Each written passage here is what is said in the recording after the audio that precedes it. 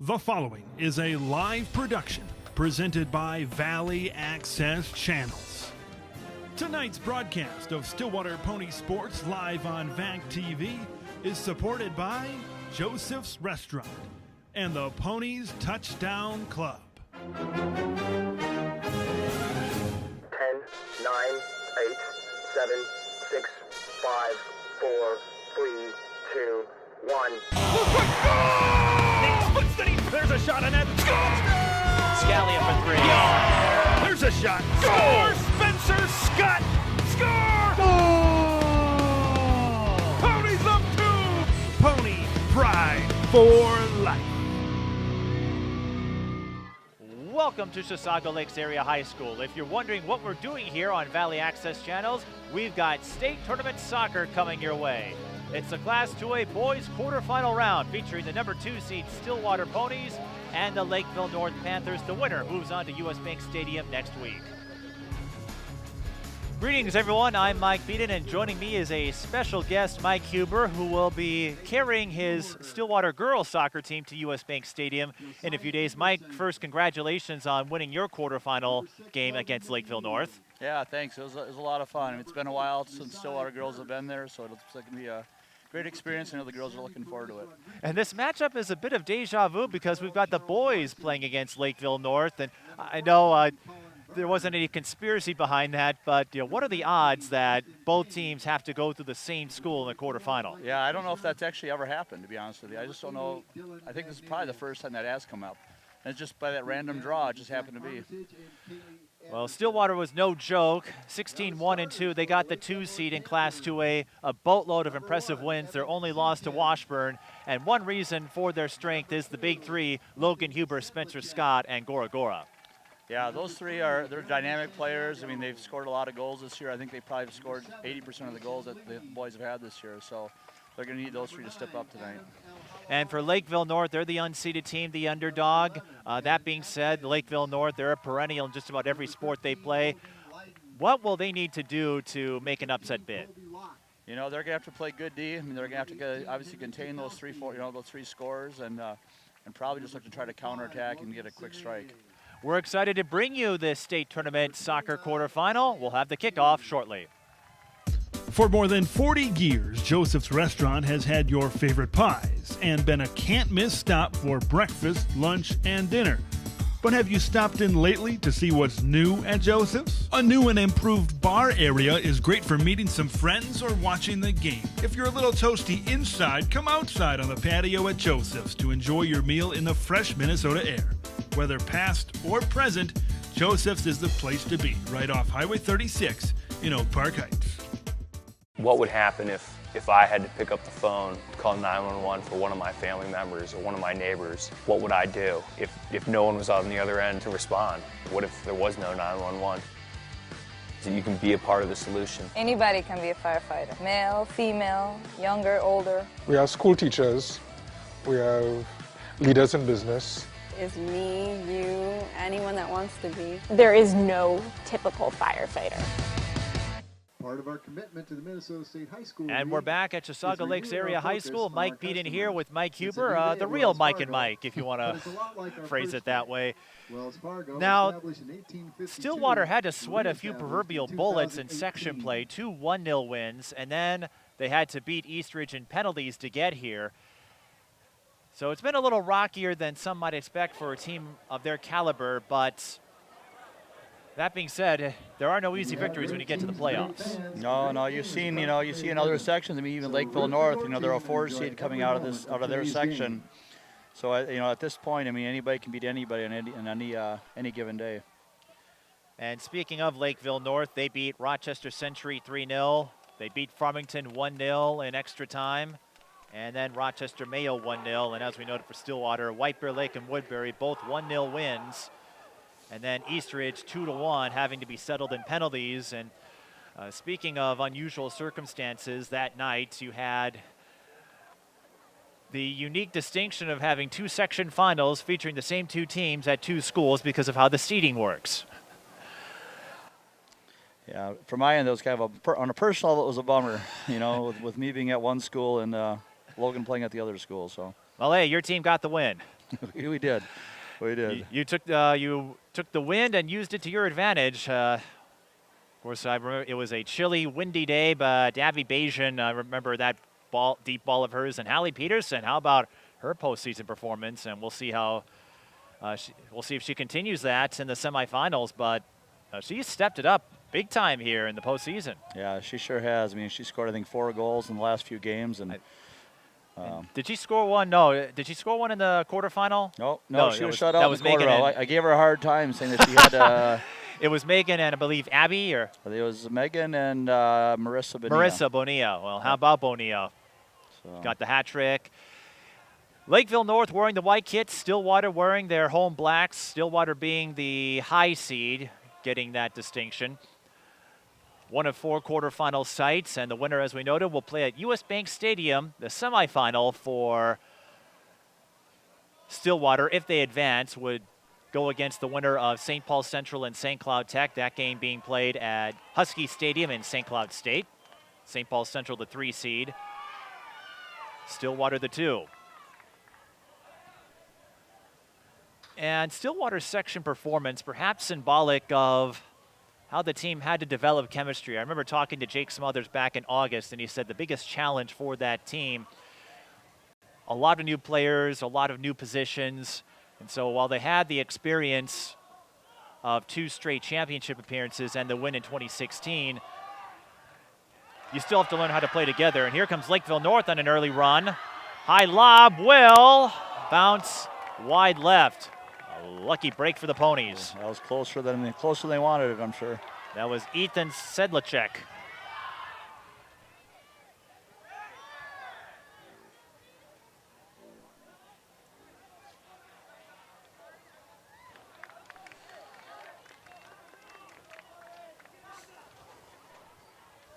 And we are just underway here. We'll take another look at Sedlacek's first threat for the Panthers.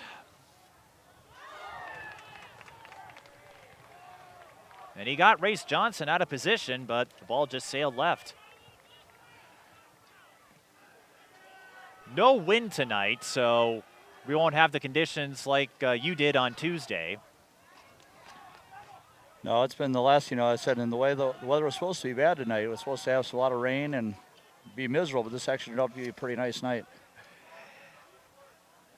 A little on the chilly side, but that's to be expected for middle October. And we're fortunate that it's been high, dry, and boring today weather-wise because we are set up on top of the press box. Ted, are we safe up here? All right, Ted says we're safe up here at Chisago Lakes.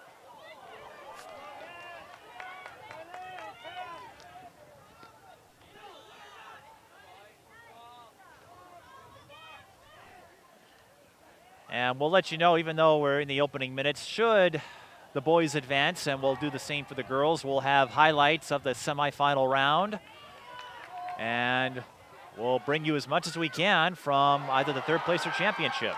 Here come the Ponies. This is Ben Snyder.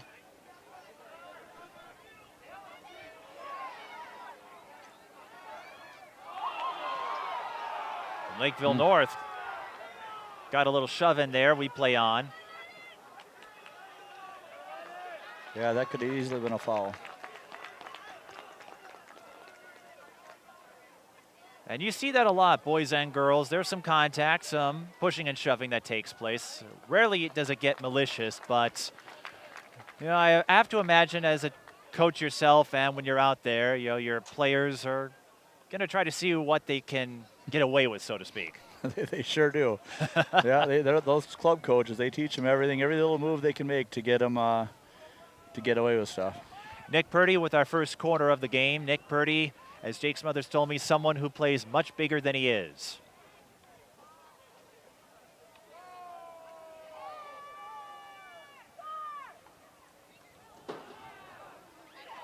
Oh. And that went off the crossbar. Nice play by Purdy. He got it to, I believe, looking for Logan Huber, and just a little off the mark.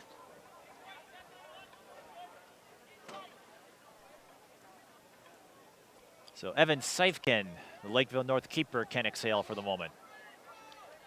So we take another look. Yeah, got it to Huber, just A little off the mark there.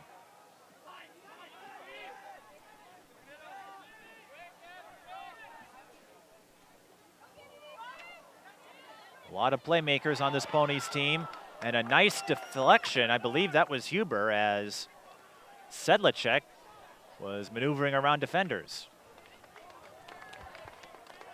Yeah, the Stillwater defense is going to have to tighten up a little bit. So they're giving the Lakeville North forwards way too much room to move right now.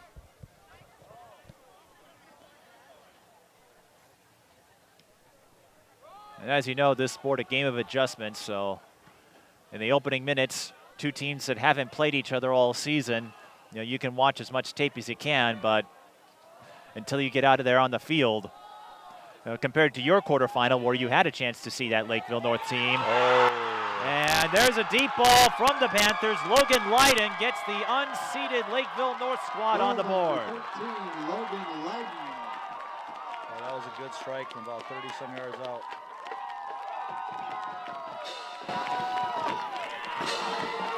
Never underestimate the power of the deep ball. And Stillwater's going to have to play from behind. Looking at the replay, not a whole lot Brace Johnson can do there. No, that was a good shot. I don't know if much of anyone could do anything about that one. Leiden scores in the 6th minute. We have a long way to go, though, and this Ponies team, they've been through their share of adversity. And we're going to have a foul on the Panthers as Ben Snyder got sandwiched in between two defenders. So a free kick, and this will be in striking range for the Ponies. Yeah, I think after that early goal, Stillwater's just going to have to settle down and not panic. I mean, there's a lot of time left in this game. And it will be Logan Huber to do the honors. And Logan Huber has some wizardry with his free kicks. Looking for someone up the middle. And Lakeville North gets in there for the deflection.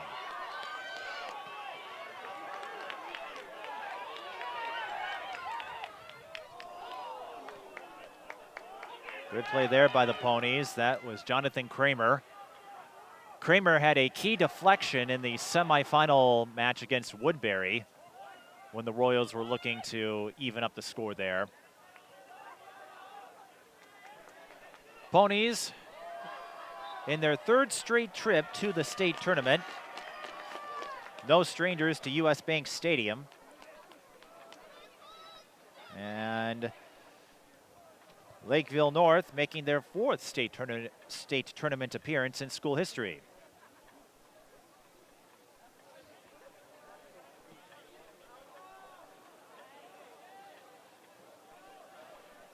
But speaking of adversity, the second game of the year, this Ponies team played St. Paul Central. They went down 3-0, managed to rally their way back and settle for a draw. And Jake Smothers told me that only happened 7 times before, where his team went down 3-0 and he never lost a game. Yeah. I said at this point there's no reason to panic. They can score goals. They can't really afford to give another one up too soon, but they can easily battle back and get back in this one.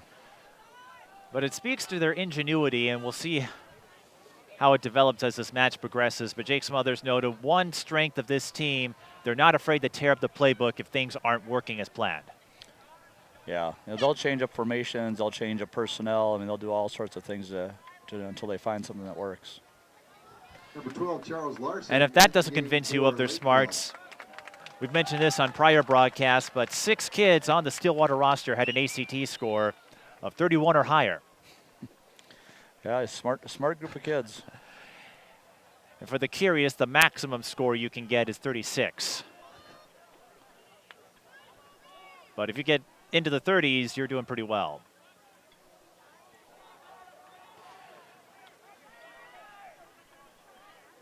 And as we continue, we'd like to thank our presenting sponsor, Joseph's Restaurant, for their support of Stillwater sports all season long. Well, without them, who knows if we'd be here for this state tournament quarterfinal.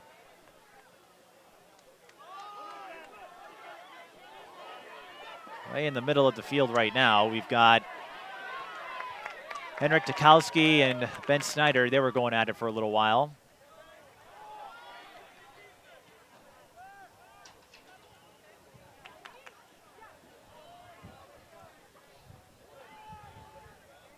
But the Stillwater team, rarely have they trailed.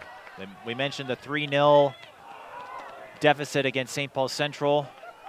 Their one loss to Washburn, that goal didn't come until the 72nd minute. And you mentioned in the open how anyone could beat anyone. Washburn got knocked out in the section semifinal over in Section 6 by Wayzata, the defending champions. Yeah, they did. And it said at this point, I mean, Wayzata came on strong at the end of the year, and I know they got a couple of players back from injuries. So, you know, just getting those couple players back from those situations can make the world of difference. And if you're wondering, it is feasible that those two schools, Stillwater and Wayzata, the last two champions in 2A, they could face off again if both get through to the championship. Yeah, and actually that won't happen because Minnetonka actually beat Wayzata tonight 2-1. All right, well, thank you for that update. So there was no love lost. Me seeing Wayzata be done. Well, and in exchange, we get another Lake Conference school.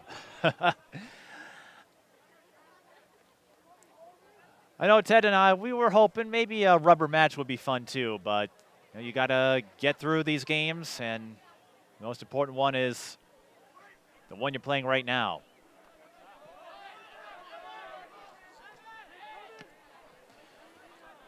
Now, what's the difference between a matchup where you haven't played each other all year compared to when you played Lakeville North the second time?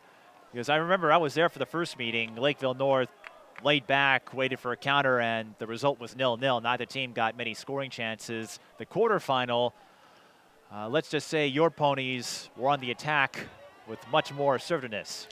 Yeah, you know, playing them early in the season like that, again, we watch video and we can see what really happens, and gives us a pretty good idea of how to go at them that second time. When, like you said, when you play a team that's you haven't played before, I mean, it can be to your advantage and your disadvantage. You know, the advantage is, you know, they don't know what to expect out of you either. You know, so offensively that's good, but again, at the same time, they have that same thing going the other way.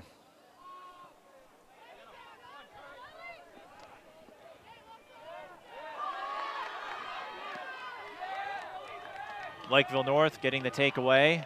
It's a foot race to the ball, and two Stillwater players collide.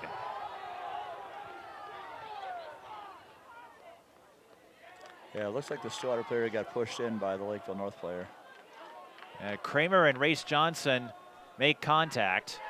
Goal kick for the ponies, and yeah, based on the reaction from Stillwater, you know, they wanted a foul. And that's a short kick. Oh boy, that was a push. But watching that replay, I don't know, that was as obvious as it's going to get.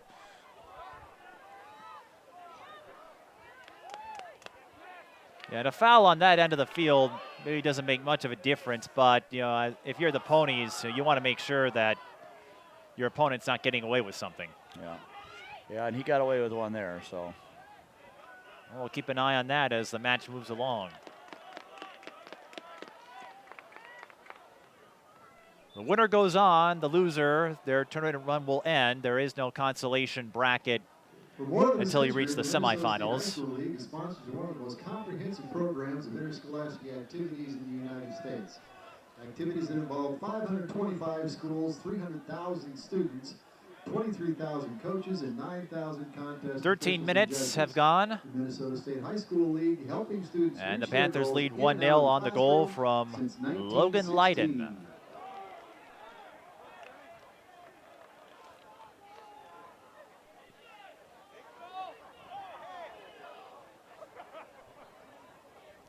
And a throw-in is coming up. Another thing about this field that the ponies, I'm sure, will adjust to, but the dimensions are considerably smaller than Pony Stadium. There's no track surrounding the field. Oh, a good header, but Logan Huber was offside. He's probably not used to being in that position, so we'll just chalk it up to that. And you're probably not used to being that open either. No, no. But you look around you here, there's no track, so not a lot of space as we got to look there on that. We were going to take a look at that last shot, but not a lot of space between the end lines and the embankments around here. So, you know, it's a nice facility for what you're watching, either soccer or football, just because of the fact that you're right on, the fans are right on top of the field. You don't have that space for the track. From that perspective, right, it is a great view. North St. Paul has a similar setup at their facility, but for the players, they have to be a little more mindful of it, because if they're barreling at full speed, they have to be careful, or one of them might run into a wall. Yeah.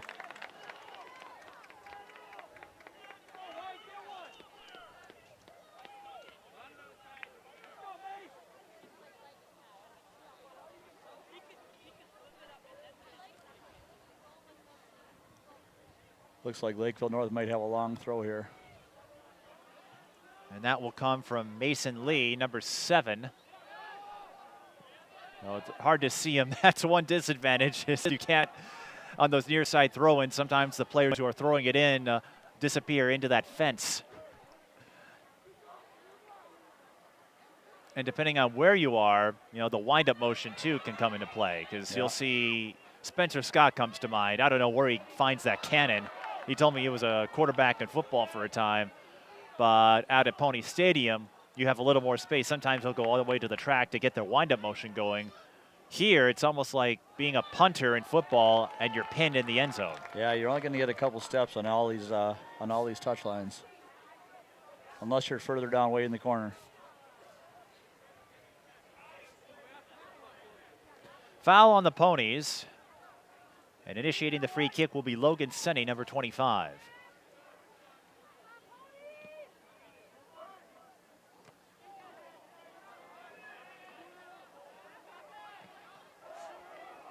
Gora sends it back, and the Panthers opt to reset. Pete Tima, the head coach for the Lakeville North Panthers. The assistants, Chad Amborn, Kyle Roach, and Mickey McNeil. And Jake Smothers, as you know, the head coach for the Ponies. Assistants Gabe Thomas, Mike Schaefer, and Tim Tao.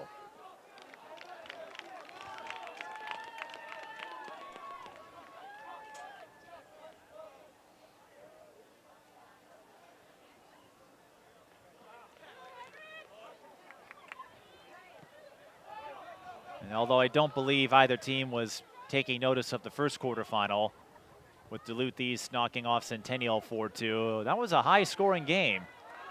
Higher than what you usually see in a match like that. And I'm sure the Ponies, if they got word of it, just a reminder that, hey, there's plenty of time to change this 1-0 score. Yeah, and I was surprised at that score as well. Again, I know Duluth East, they haven't scored a lot of goals against very good teams. They kind of beat up on some weaker opponents. But then at the same time, Centennial's not a high-scoring team either. So to see 6 goals was more than I think a lot of people expected.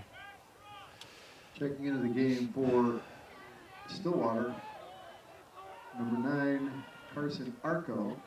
Duluth East, and for one of the Lakeville North, unbeaten teams, one of 2, St. Paul Central the other, 17-0-2. Getting the 1 seed over Stillwater, and I wonder, if Stillwater's loss to Washburn had any influence there, because you noted looking at Duluth East and their body of work, they didn't lose a game, but against the ranked opponents, Minnetonka being one of them, that was a scoreless draw. I wonder what went into the seeding there. Yeah, I was talking to Jake, and I think that one loss probably did get them to some extent. Duluth East, I think, played enough Metro teams to have a voice for a number 1 seed. Jake still thought he had it. Well, like I said, in the grand scheme of things at this level, no matter where you are, at least you're in the position to win. Right. You can throw the seeds out the window. And that one loss to Stillwater came against, at the time, the number 1 team, as Gora sends a strike over to Lakeville North's keeper, Evan Seifkin, and then He gets tangled up with the Stillwater player. Wanted a foul call there, perhaps. Looked to be a little acting going on back there. I think at this stage, everyone's going to sell it a little bit more.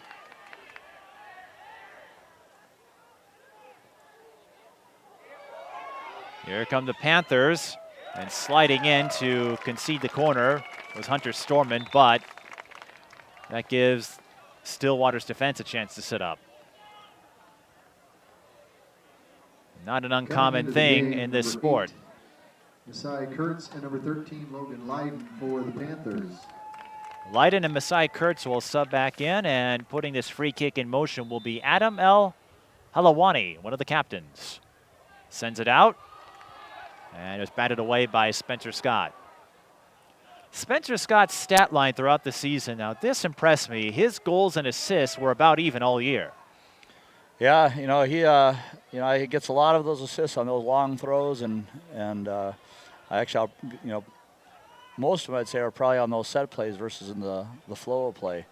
But when you have a cannon like that too, you're going to get some assists out of that. His throw-ins are so strong that they almost function like corners. They do. Typically, anything within 30, 35 yards of the goal is going to be a dangerous opportunity. Scott, one of the several seniors on this team.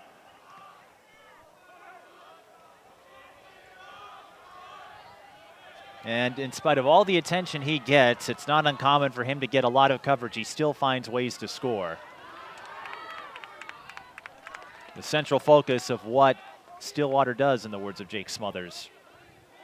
And I have to imagine, whether it's soccer or hockey, I wouldn't be surprised if he continues that pursuit in college.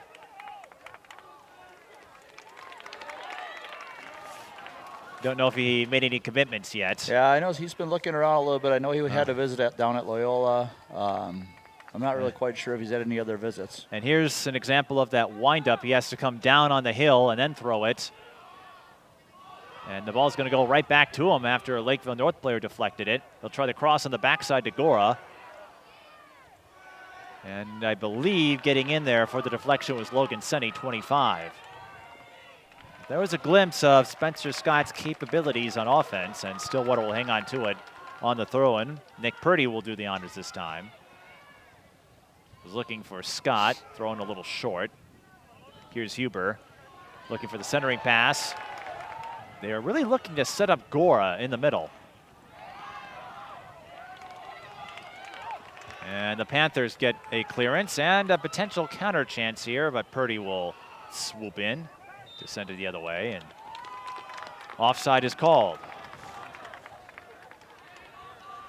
Yeah, you may see, Purdy's got a long throw too. You may see him start taking some of those as well to get, two big bodies with Logan and Spencer in the middle of the field.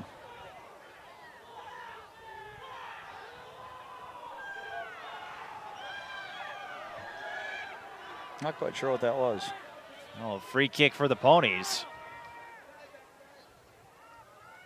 So they get it right back. Logan Huber with the deep one.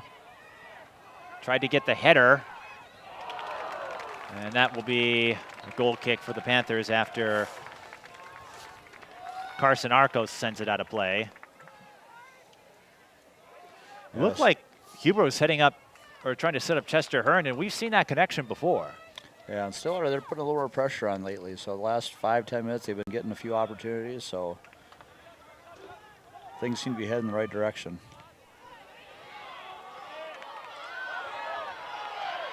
And that's the beauty of this game. You have plenty of time to make adjustments. Just because you give them a goal early doesn't mean your hopes are dashed. Logan McGee was moving the ball up. Stillwater sends it out of bounds. And another throw-in coming up from the touchline by Mason Lee.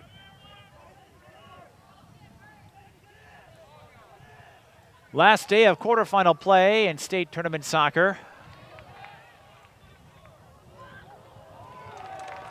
And the winner gets to play at US Bank Stadium. Stillwater familiar with that venue, having been there in its first 2 years of operation. And you'll get your first taste of it as a coach. You've been there as a spectator. I've been there as a spectator a few years. Yeah, so it'll be, I said, I know the girls are excited. It should be, hopefully the nerves aren't there and they can settle down and just play soccer and come away and win 2 games. And we were mentioning Wyzetta earlier. I guess you'll start a rivalry with the Trojans. So the boys version will come to an end momentarily at least. Yeah, and I think the last time Stillwater was in the semifinal or quarterfinals, or I should say semifinals of the state tournament, they lost to Wyzetta back in 2010. Entering the game for Lakeville, excuse me. I'm not sure if anyone remembers that time. I don't think any of the current players were even thinking about high school yet. Another throw-in coming up for the Panthers. I will say this, Stillwater, after giving up that early goal, they've been effective at preventing any breakaway chances on the part of the Panthers. They may be able to get the ball outside and keep Lakeville North from penetrating the middle. And we're going to have a corner coming up. Another set-piece opportunity for the Panthers. El Halawani to put it in play. Smaller crowd than our first game with Duluth East and Centennial, but you feel the vibrations up here. Header is too high. Education is the game changer, and McDonald's. Now you mentioned nerves. I don't know. The way I see it, I think Abby Bajan, one of your fastest players, she might see it as an audition opportunity for that team in purple who makes their home at US Bank Stadium. Yeah, she thinks she's a football player, and she's considering that option. But I've told her that in her best interest, she may want to stick to soccer. Oh, I'm sure the soccer team, I know you had some fun and everyone else. We'll have a goal kick on the Panthers. I don't think anyone will let Abby Bajan forget about her powder puff performance. No, she doesn't let us forget either. So I can see it now at the season-ending banquet. That'll be all you talk about. Forget all the assists she racked up in those deep balls. It'll be, remember that time she ran for 2 touchdowns? I know. I was debating on putting a little highlight video together. And I'm contemplating whether I should put a little clip of that in there. Well, if you're interested, just hit us up. We'll send you a copy. I'll probably do it. But it's been fun to get to know both teams. I know a lot of the soccer players actually took part in Powder Puff, and it was fun to see them take the pitch. And Spencer Scott slow to get up. Meanwhile, Stillwater still pushing, trying to get the centering pass off. The fans wanted a foul after Scott went to the turf. Here's Purdy. Tries a squibbler through the middle. Lakeville North reads that one. 13 minutes and counting in the first half. A strong defensive play there by Jonathan Kramer to stop a charging Logan McGee. And then sends that one out of play into the bleachers. Unfortunately, you can't keep the ball if it goes into the bleachers. Just when they throw it back. Almost like Wrigley Field. Yeah. Yeah. No, it's been nice with Valley Access covering these games this year. It's just been a great for our program, for both the boys and the girls programs, and college coaches watch it, and parents or families that are out of town watch it. I know it's turned Ted and I into mini celebrities out in the St. Croix Valley.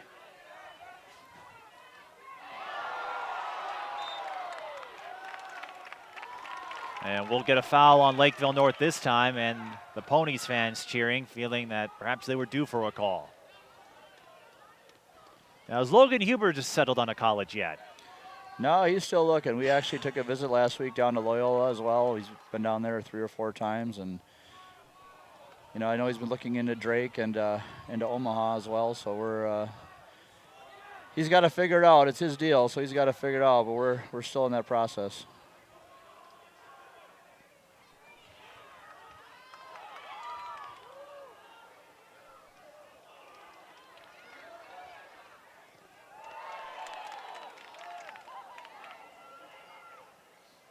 Throw in for the Ponies.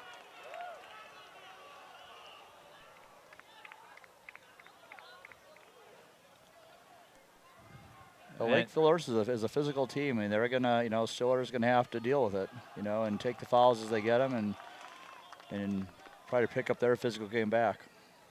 And play on if they don't get a call. Yep.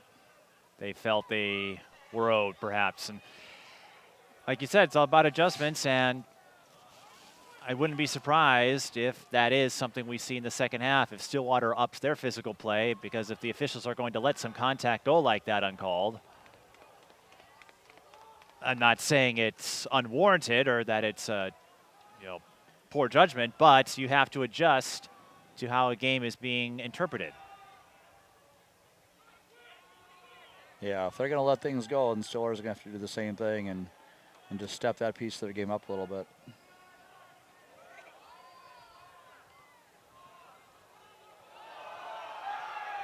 And there's another example.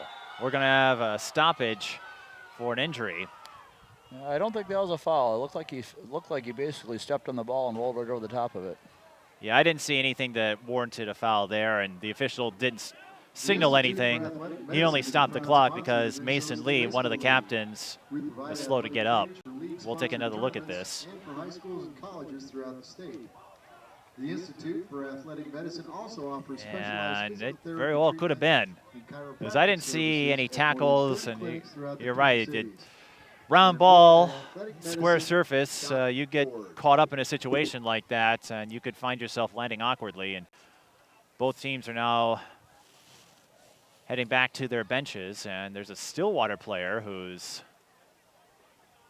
on the turf. That's number 11, Hunter Storman. So Mason Lee being examined by the athletic trainer. And while we're on this break with 10:20 left, we'll remind you that we'll have state tournament coverage of Mike's team, and we'll hopefully have some for the boys too. They'll play their semifinal on Tuesday at 10 a.m. We'll have highlights of that one, and we'll bring you coverage in one way, shape, or form of either the third place game or the game you are hoping to get into, the championship. Yeah, that's the plan. I told the girls tonight we practiced right before coming to the game. I think most of the girls actually showed up tonight. Yeah, just we have to have a good week of preparation and be ready to play against a very good Wayzata team on Tuesday.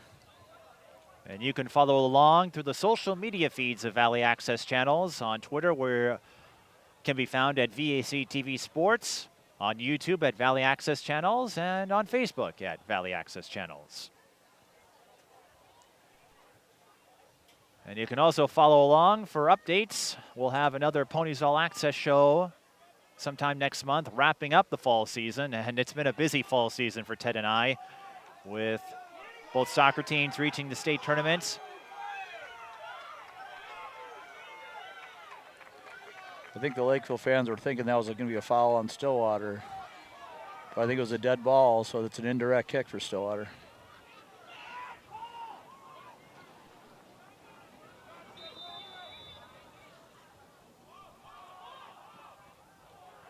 I like that idea. Logan Huber's kick goes through the uprights.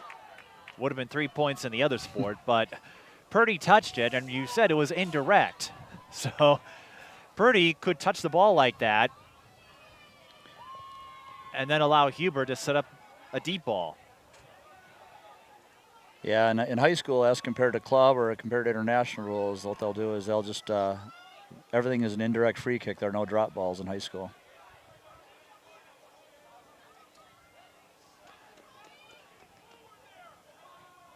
An interesting strategy, though, and if Stillwater gets another opportunity like that, we'll have to see if they use that again, but you don't see that often.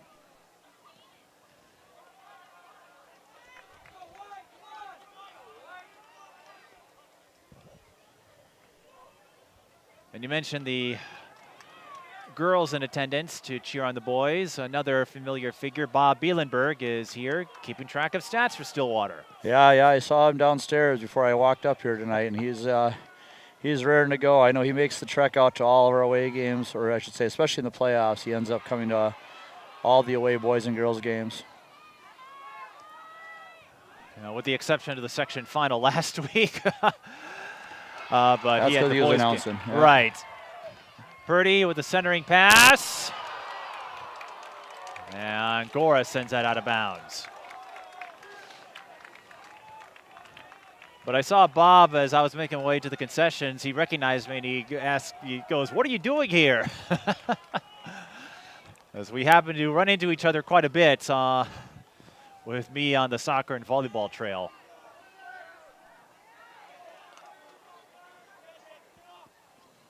Although I do like your Stillwater setup better, you're indoors.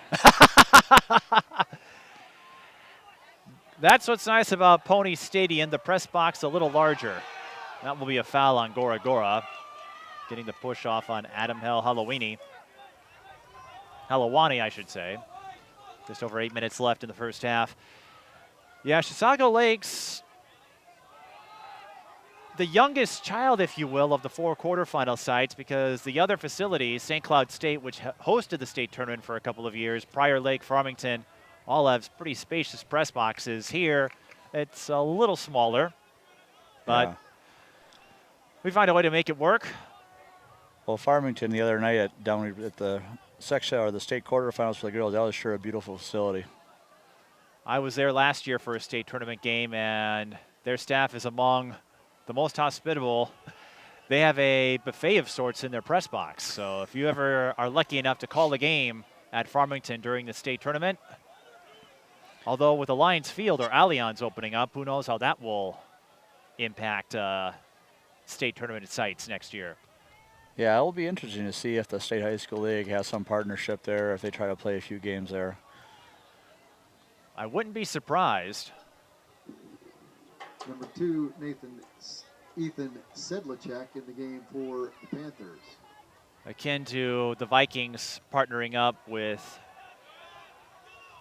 their TCO performance facility. But the host team, they play 1 game a week.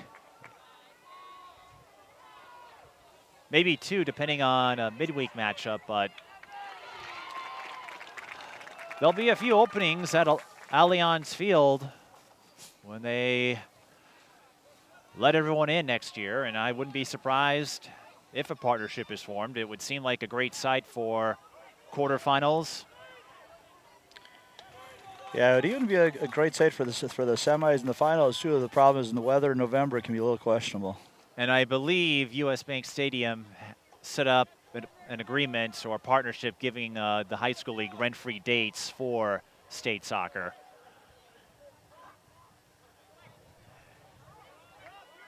And let's be real, I think you're looking forward to coaching indoors on Tuesday. I am. I know the weather tomorrow is going to get rough even. I know the girls are going to practice indoors tomorrow at the rec center, and I think the boys, if they win tonight, they're going to join us. And that's going to be a foul. That was pretty clear. That'll be a yellow card. Yep, they've stopped the clock. Logan Senny's going to get carded here. Officials reaching for his pocket. Logan Senny hit with a yellow in the 35th minute.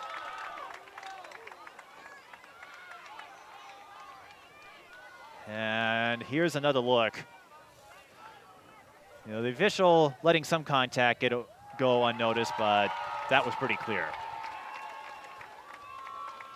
Yeah, that was a pretty easy call for that official.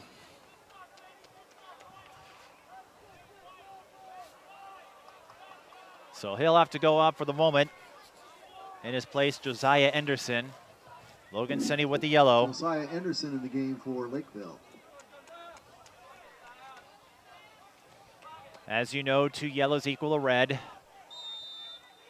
We'll keep an eye on that as the match moves along. Huber with the free kick into the scrum.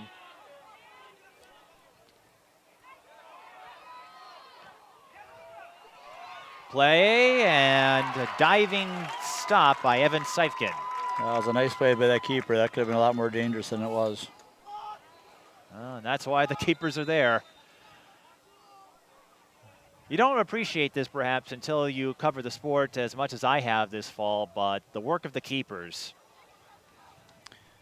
impressive. And on the other end, Race Johnson, you know, he came up with some big plays in the playoffs. I remember the game with Southwest. There was a ball that came perilously close to crossing the line, and I think somehow Johnson was able to keep it in front of him. Yeah, there was one crazy sequence. Yeah, and he had a great save. I know that last shot from Eastridge in the shootout. And yeah, those keepers, they can, you know, they say they're a different breed, but they can sure either, they can win you some games. Well, I think you can attest to that through your own, as we have another stoppage here with 5:18. John Maloney, number 23 in the game for the Ponies. Not sure. I didn't see another card issue, did you? No, I think it was an issue with the clock not starting, though. John Maloney, the fourth, will sub in.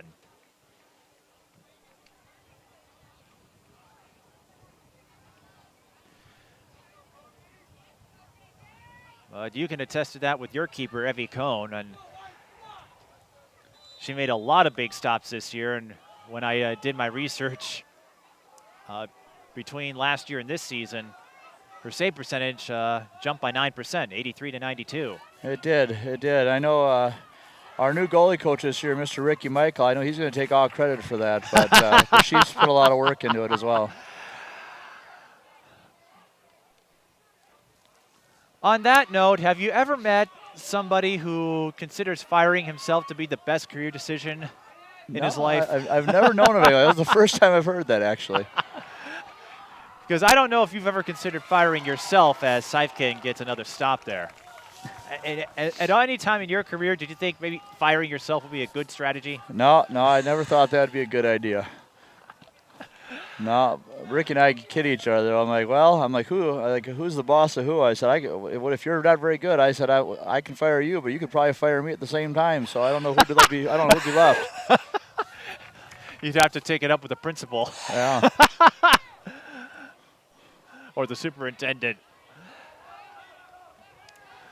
I've gotten to know his family over the last year or so, and Afton, his daughter, told me that was a classic Ricky Michael line. First thing I did was fire myself, and he still proclaims that to be the best choice he ever made. Yeah, he's been a lot of fun to have this year. I know the girls have loved having him around, and he's been a great addition to our program.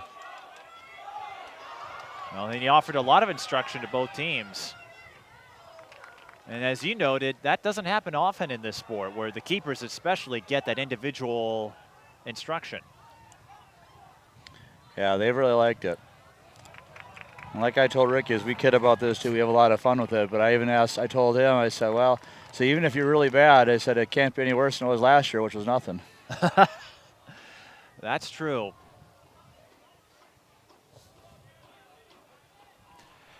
Now, I know you two kid around. How does that football rivalry work? Because he's a big Bears fan. I've seen his Chicago cap, and I know you grew up in Wisconsin, Milwaukee, so I imagine you still bleed green and gold. Yeah, we chat about that every week, and you know, he had the cap on him that said that he was going to that the Bears were in first place, and they were still in first, but he lost that bragging right last week.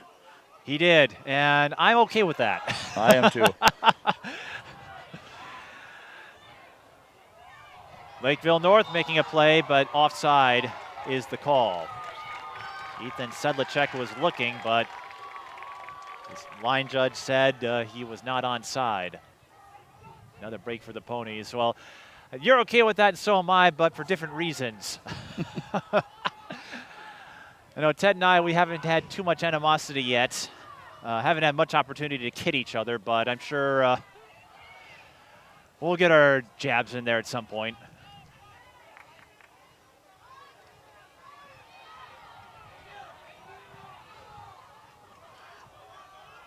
Just over 2 minutes left in the first half, and the Ponies, they've had a couple of looks. They've had a couple of shots go wide or high, and maybe one or two moments where Seifkins really had to snap to. But if you're the Ponies, I think, you know, you don't want to be down 1-0, obviously, but you haven't allowed Lakeville North any quality chances since that goal from Leiden. No, Race really has. He has had to come up with a couple just coming off his line, but hasn't really had a lot of shots. A lot of shots to deal with this half. Nice move by Spencer Scott. His tip to himself a little too far out. And Colby Locke was able to get a lock on it. I'm sure he's heard that line a few times. Just over a minute left now. This is Ethan Kilmer, and he'll hand it off to Nick Purdy. 1 minute remaining. And now we'll go the other way. Coming into the game, number 7, Mason Lee. Number 25, Logan Sene. And number 29, and Lakeville North Sam making some Gu. substitutions, if nothing else, to eat up some clock here, since the clock does not stop in this situation. I've often wondered if stoppage time were a thing at this level, how that would be calculated, because I know it's highly arbitrary at the professional level. It is, and I'll be honest, I don't know if the high school referees, if the high school state association would want to start dealing with that with referees. Or it becomes a guessing game. Yeah, and even at the college level, I mean, there's this time just as well. I mean, they don't have stoppage time at the college level either. 5, 4, 3, 2, 1. Well, time will expire on the first half. And Lakeville North will take a 1-0 lead into the intermission thanks to Logan Leiden's deep score at the 6th minute. And for the Ponies, they've got to find a way to really get a shot in at the net. Yeah, they're going to have to pick it up the second half and put some pressure on their goalkeeper and make their goalkeeper make a few saves. We'll pause for a few minutes and come back for more analysis. You're watching the Class 2A state quarterfinal. Lakeville North leads Stillwater 1-0. Follow along and stay connected. Fancy pants peanut butter? A big screen television. You haven't even bought a sofa yet. A motorcycle? When your father finds out, he's gonna flip his Shoes with 2 buckles? What do you even need 2 buckles for? Mr. Big Shot, buying whiskey shots for everybody in the bar. From the looks of it, I'd say nobody even remembers. Feed the pig.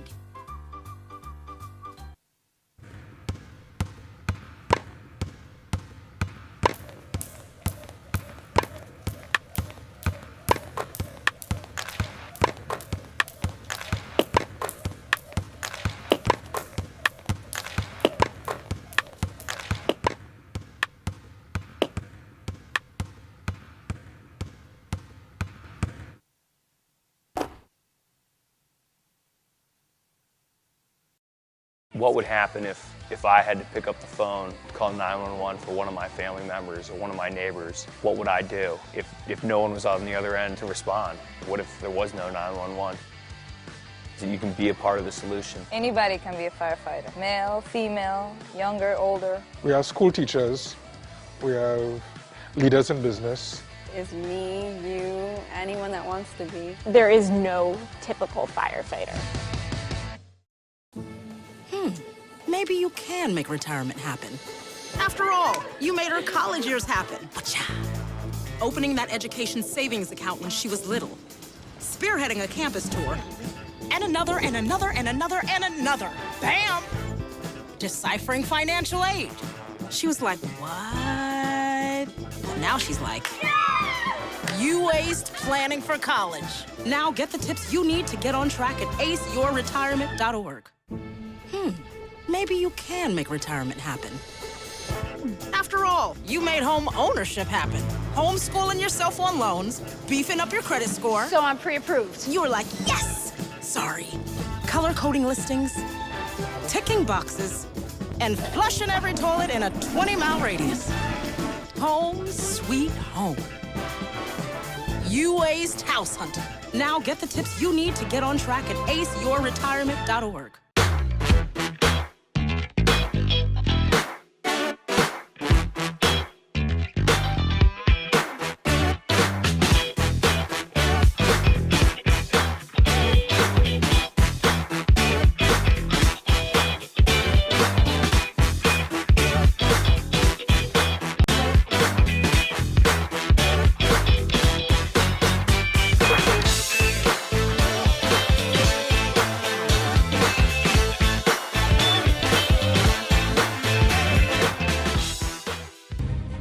We believe in patriotism. We believe in our nation's youth. We believe veterans earn their benefits through their service to our nation. We believe in a strong national security. We believe in our country. For 100 years, veterans have been impacting our nation through the American Legion, and we believe it makes a difference. If you believe, learn more at legion.org/webelieve. Mike Beaton here with Mike Huber at halftime. The Lakeville North Panthers leading Stillwater 1-0 on the goal from Logan Leiden in the 6th minute. Mike, we saw Stillwater starting to take over possession at the end of the half, get a few more chances, but as we noted before going to break, putting the ball in a scoring opportunity or on the net has been a difficulty. How do they address that in the second half? Yeah, they just got, again, there's still 40 minutes left in the game. They just need to settle down and, put shots on frame and make their goalkeeper make some saves. I mean, he hasn't had to make a lot of saves yet, so they just need to get him active and see what he has. And for Lakeville North, they're the unseeded team as we take a look at a couple of the highlights. And we'll see if we get a look at that deep score. And there it is. That was a great hit. That was a great hit from a long ways out. By Logan Leiden, and then Gora came close. But for the Panthers, they got the first set out of the way. They scored first, so they have the advantage. As the underdog, if in that situation, how do you approach the next 40 minutes? Because Stillwater, the number 2 team and the runner-up from last year, they can turn things around in a hurry. Yeah, I mean, if I was coaching Lakeville North at this time, I mean, you don't want to completely sit in, but they're going to have to, sit a few people more back. I mean, you don't want to play defense all half. You don't want to change the way you play. But, I said on my end, I'd be a little bit overly cautious this half and play a few more defenders back and not let them head out of the back and create opportunities. We've got 40 more minutes, I should say, not 44, to determine who will move on to U.S. Bank Stadium. Stay with us. Take a look under your bed. Find stuff under there? What about jobs? No? Now try your closet. Still no jobs? Just more stuff? Well, you really have both. See, stuff is defined as household articles considered as a group. Sometimes this stuff is no longer needed. Wait, no longer needed? That can't be right. Because remember those jobs you were looking for? Those are really needed. And they're the stuff inside your stuff. Our job is to unlock those jobs. And it starts when you donate your stuff to your local Goodwill. Here's how we do it. When you donate to Goodwill, we sell your stuff to provide job training for people right here in your community. So just by teaming up with Goodwill, you help create jobs. And isn't that worth parting with the leftover keytar from your 80s cover band? Goodwill. Donate stuff, create jobs.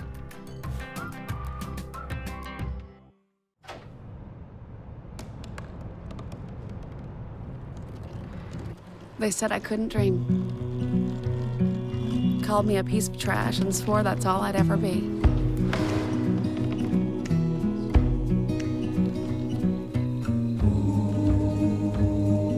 Said a bottle couldn't see the ocean.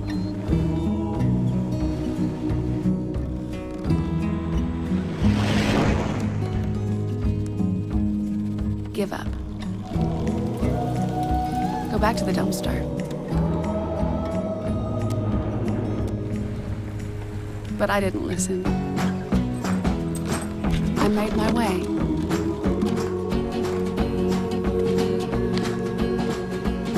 And now, I am what I've always wanted to be.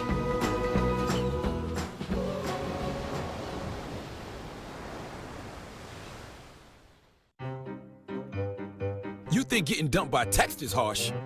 Try getting dumped by a tennis ball. My ex-owner drove me out to the woods, yelled fetch, and by the time I brought the ball back, he was gone. But the folks at the shelter helped me let go of my anger. I learned coping skills, like taking it to the hole. Boom! Now I'm ready to fetch again. Me and my boy Matt had it good. He had catnip that was off the hook. But one day, he brings a girl home, and she's allergic to cats. Every sneeze was a nail in my coffin. Now I'm in a shelter. It's decent, but they don't even have Wi-Fi.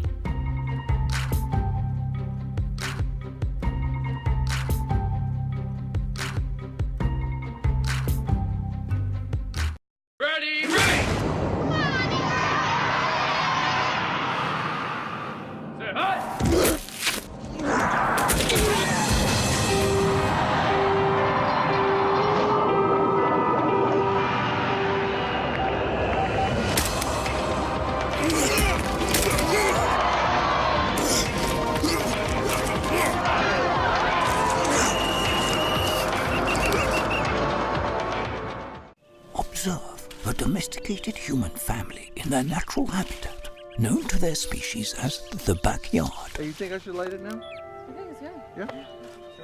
Oh dear, someone is about to burn a pile of debris that's too tall, which can start a wildfire.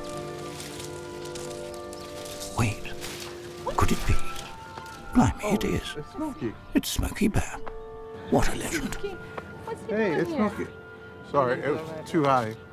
Right. Watch as he astutely ensures that there's no wind, and how he removes some of the debris to create a smaller, safer burning pile. No, you said make it bigger. No, you said make it bigger, baby. The bigger, the better. Take note of our fearless furry friend here, humans. I appreciate it.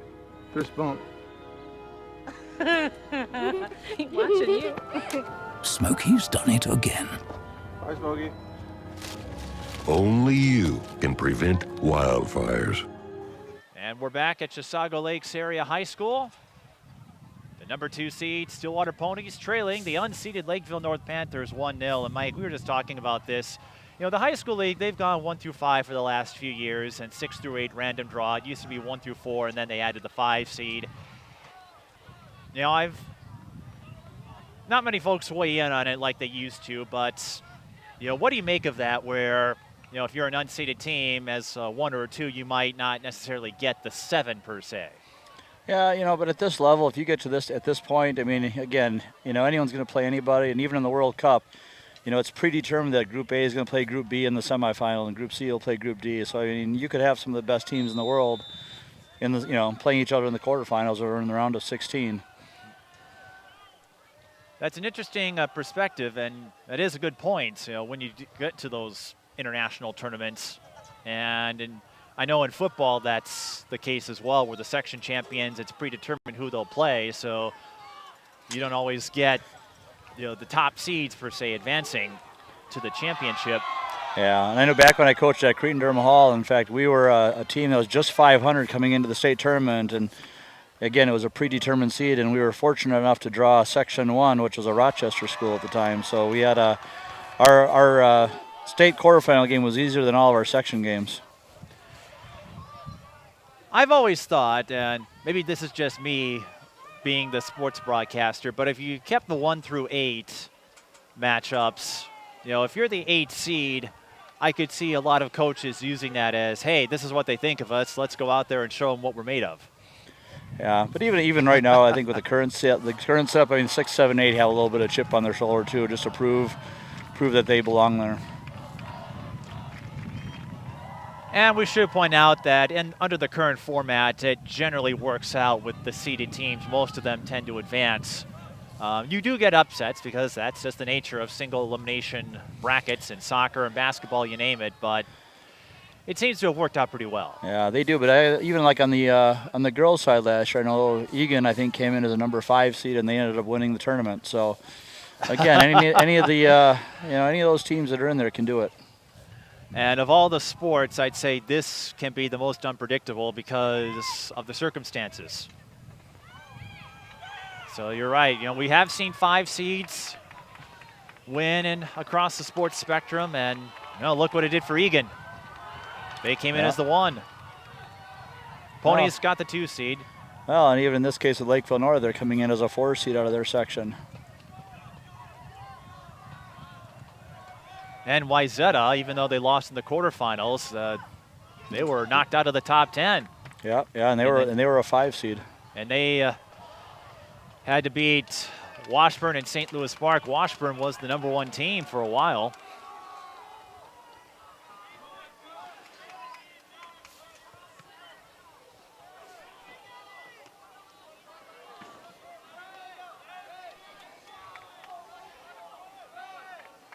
It'd be nice to see Stillwater scoring here early, just to get a little momentum.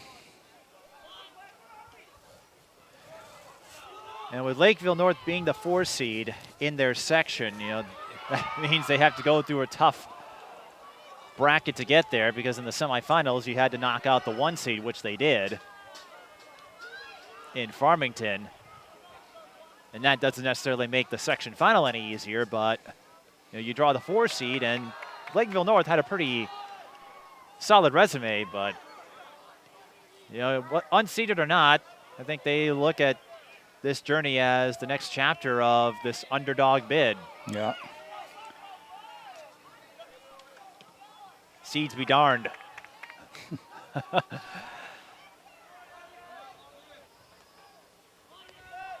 And for the Ponies, they have history on their side. Jake Smothers told me even before he got there, he spent 8 years at Spring Lake Park before coming out to Stillwater, but he noted the progressive community, the tradition of winning. 2016, of course, that undefeated season. I don't think anyone will forget that. No, that was a phenomenal year. They had a lot of great players in that season. Everyone was an academy level player. And I think that's where Stillwater benefits a lot too. Most of these kids will play at a pretty high level at the clubs.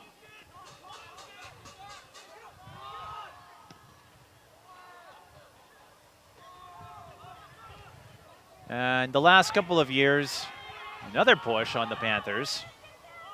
We play on.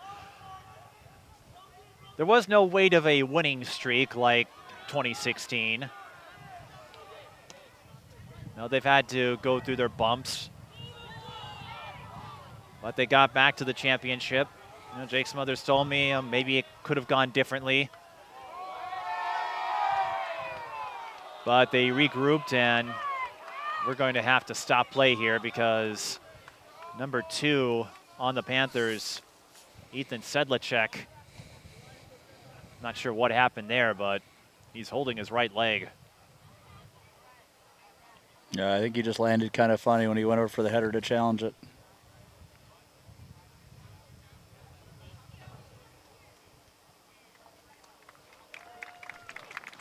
And now he's starting to put weight on it, unassisted. Maybe he just tweaked it a little bit.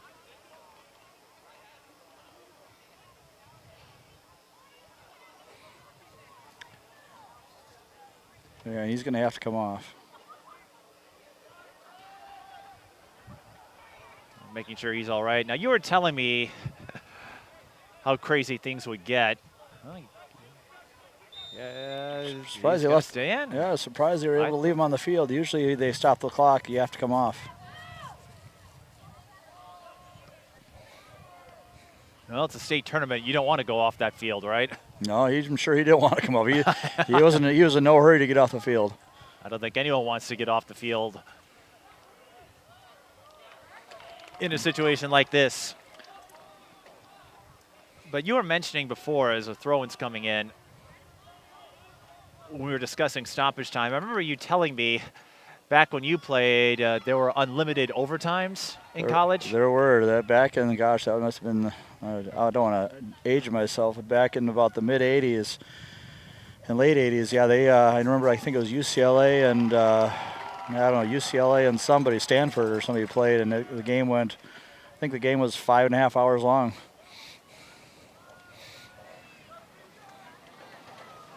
Corner kick coming up for Chester Hearn after Spencer Scott's throw was sent past the end line.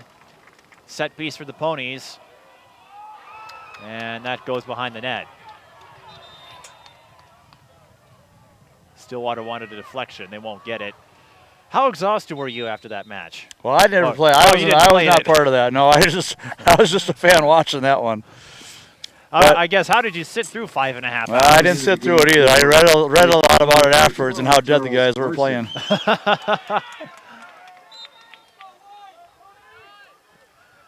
Well, it's a story I've shared. I think I may have embellished things a little bit to make you a bit more, maybe. I couldn't last 30 minutes, so there's no way I was going to go for 5.5 hours.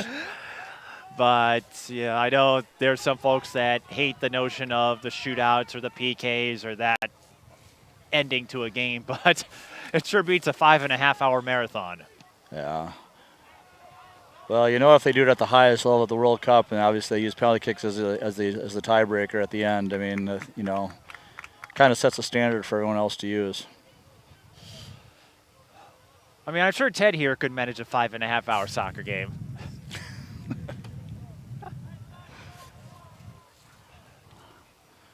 We're awaiting a Lakeville North throw-in. They hold the 1-0 lead. Scored early in the 6th minute. Logan Lyden put it in. And that will be a foul on the Ponies. Charge to Hunter Storman. And a free kick for the Panthers, and a prime opportunity here to go up 2-0, depending on where they land it. El Halawani will put it in play, and if he hooks it right, he could score directly.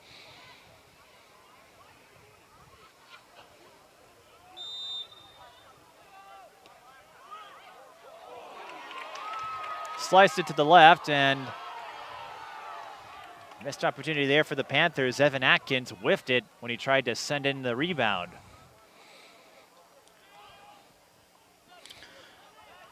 Looks like Stillwater is starting to push Spencer Scott a little bit higher up the field too. And for the Ponies, as we've noted, this has not been an easy postseason run.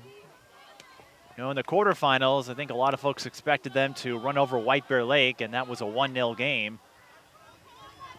And Woodbury, even though it was a semifinal round, you know, the Royals had a pretty strong team this year.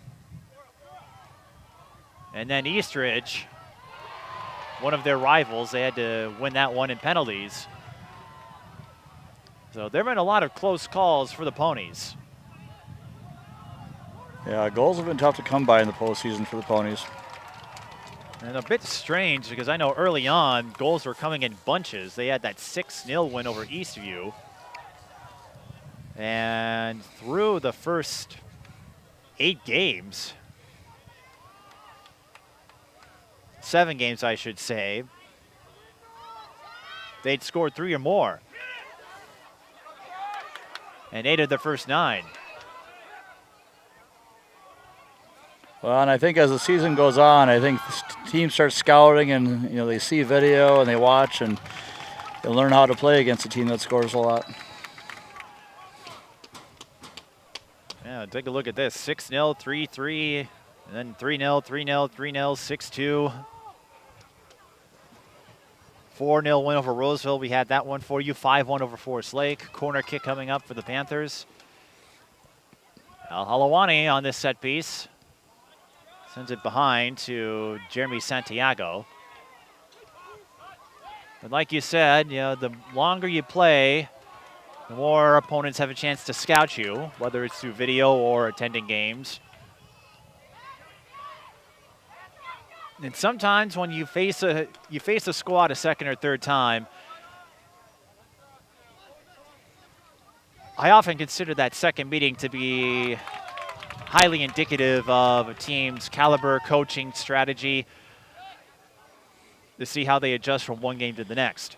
Well, and in today's world too, with all the video technology and all the games that are streamed and online, you know, again, it gives a lot of coaches opportunities to see games that they might not normally see.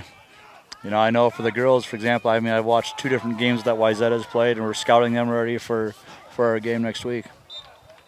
And with the proliferation of it, you know, it's hard. I remember the days when teams, coaches were more reluctant because it was harder to get this kind of access, and now it's at the fingertips, no matter which outlet. You know, Prep Spotlight, they've been streaming all the quarterfinal games.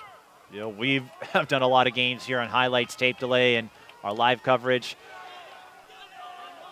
And I never tire of hearing all the stories about your family from Milwaukee that tunes in to watch those games and those highlights. Yeah, they'll be watching. I think tonight, unfortunately, they're watching probably on the Prep Spotlight just because it's live, and I'm sure they'll be watching the highlights of this and even going back at this broadcast and watching. I can see it now. They'll be comparing notes of the broadcasters. They will, and I probably won't fare as well, but.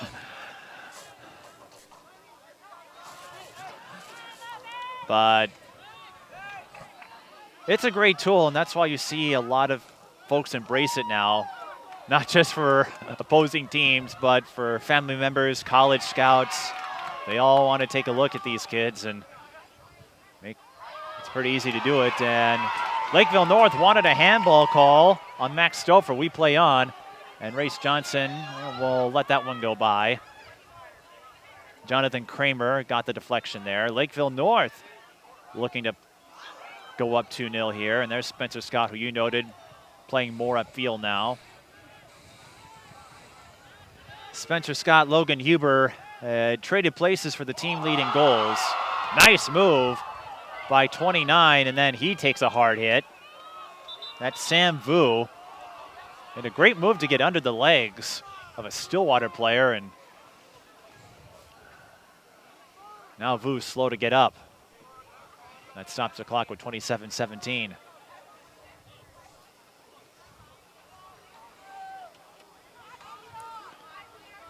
Well, the trainer's had a lot of work these days. She's had to come across a few times.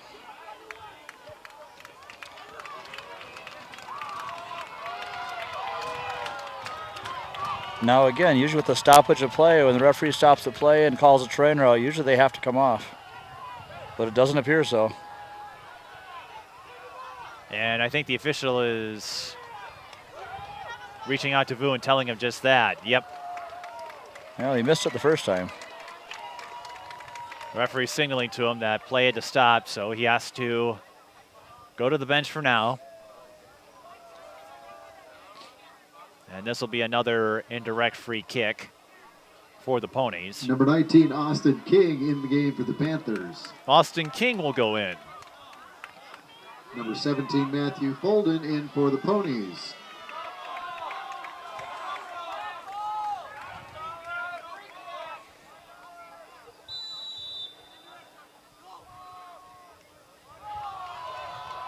And Stillwater applies the same strategy, and then Purdy sends a deep ball. He was hoping to score one from deep, but that was read all the way by Seifkin. Like that would have been easily within Abby Bajan's range. I mean, she would have. Her range, she'll tell me that her range is at least 50. I think I remember you joked with me that was the first time it worked all season when she had that deep score against Woodbury. It was. But it gave her the confidence to try again. Now that Eastridge goal in the section final, a little closer. But she had said, hey, I knew I could do it because I had seen myself do it with Woodbury. Yeah, and when you've got the wind at your back, that's what I said. You guys capitalized on that. Now, you won't have that advantage on Tuesday. You're going to have to play without the wind. No, without the wind, without the sun in the other goalie's eyes either. So. well, maybe. There's a little glass in there. So you're right. It's not like the Metrodome days. I don't know if you went there. We did, You did. So the sun, yeah, there's some glass in there. So you might have to deal with some sunlight.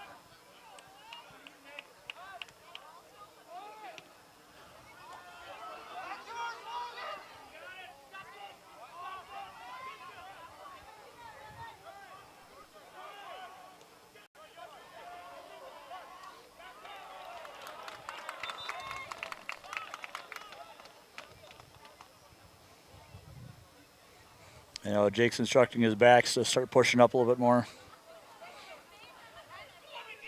And at this stage of the game, 25 minutes and change to go. Logan McGee, number 6, enters the game for Lakeville North. Here comes Logan Vu again.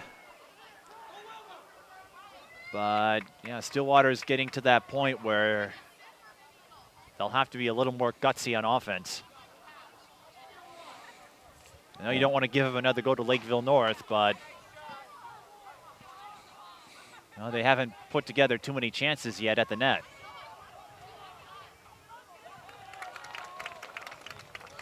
Yeah, and there's still a lot of time, and they still have time to start connecting, and they don't have to panic yet, but it's going to get close.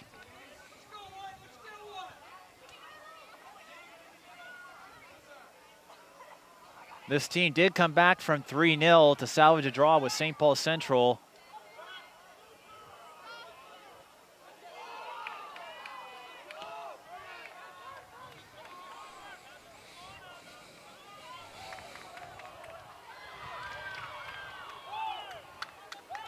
And now you're seeing them take a couple more shots. I'm not sure if Max Stover was looking to pass to perhaps Scott upfield, but ball hops over to Lakeville North's keeper, Evan Seifkin.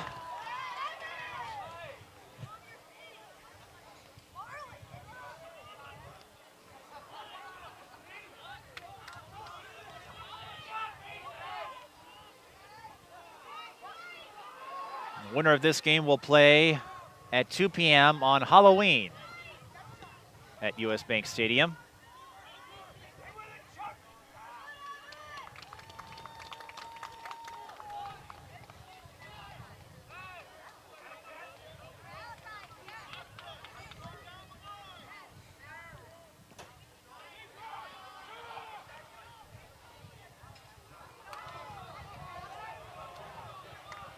Throwing for the Ponies.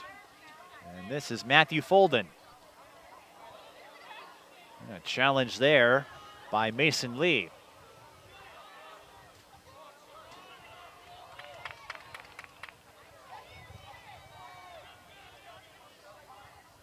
Lakeville North, not necessarily known as a soccer power, but it's a name you hear a lot in athletics. They do. I know they have a good football. Obviously, their football team does well. I believe their volleyball team does pretty well. They were champions last year, state champions. The Panthers were, and basketball, hockey, baseball. Yeah.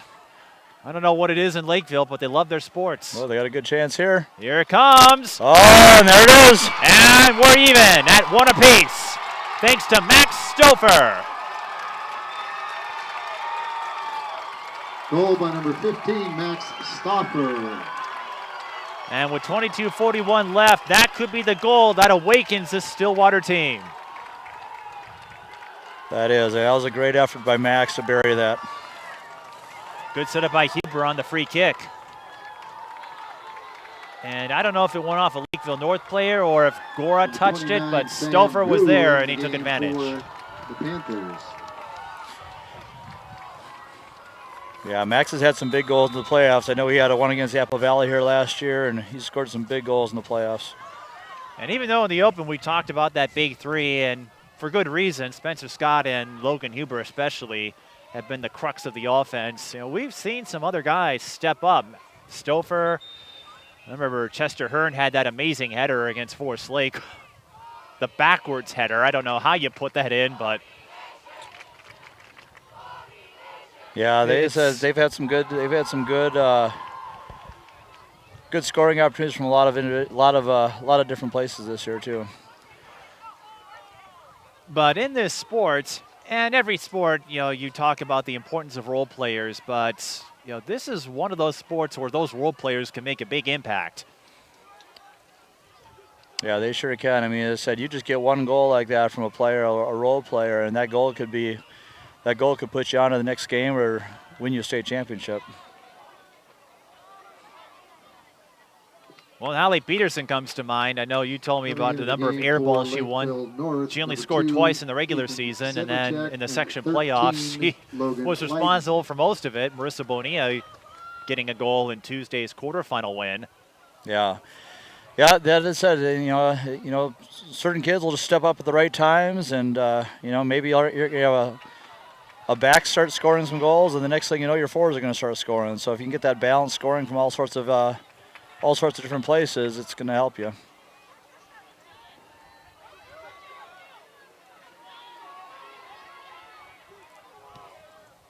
So Stouffer's goal in the 58th minute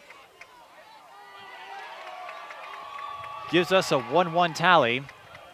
Obviously, we can't end in a draw.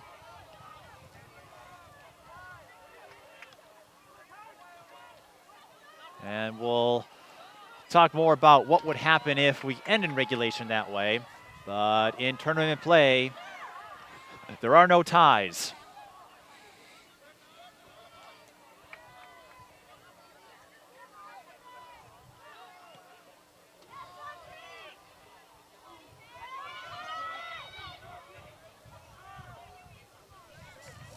No, and if I recall, I think Lakeville North actually might have even had an overtime game in sections, if I recall. They did. Lakeville North had to beat Farmington, and they did so in the second extra time period in a 1-0 win. Clock stops with 20:28.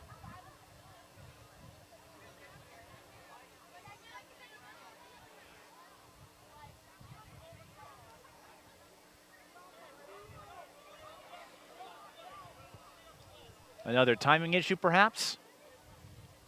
Not really quite sure.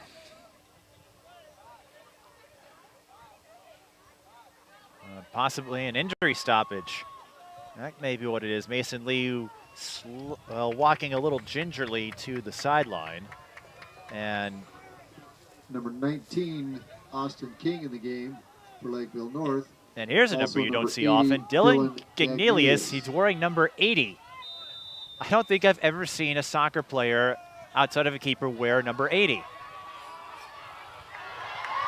And Seifkin has to leap to get the stop. Yeah, that might have been a JV jersey or practice jersey at one point. I don't know. He said, I don't think you've ever seen a number 80 in soccer. I remember when we did the Stillwater White Bear Lake boys game at the beginning of the month, October 2nd, which feels like an eternity ago. But that was at one. Stillwater won 4-0. A rather comfortable victory, and they sent out some of the JV players, but they had to tape a 1 over their jerseys. Yeah. For scoring purposes. Yeah, so I suppose in that case you had like 110 or 111 or 112. But you did. I'd never seen anything like that.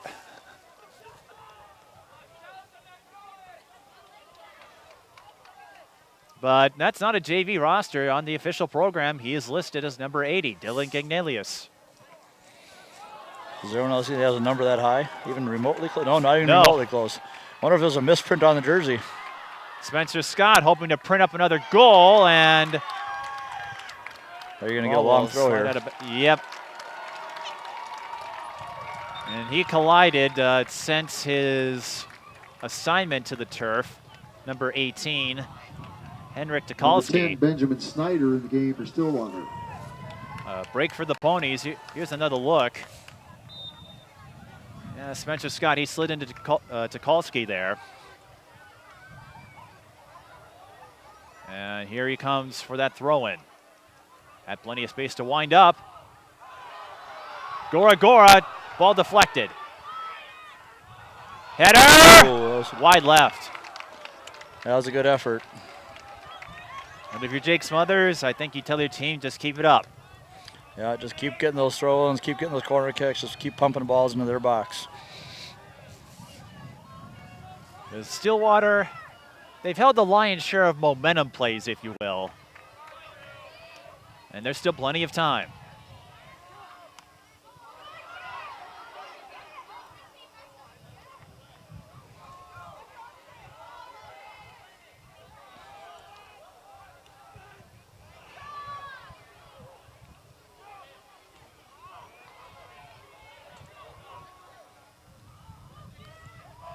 Not the largest of crowds tonight, but I imagine they would swell considerably if they play in the semifinals on Tuesday. And I'll say this, I was impressed when I covered the Stillwater-Washburn game back in September.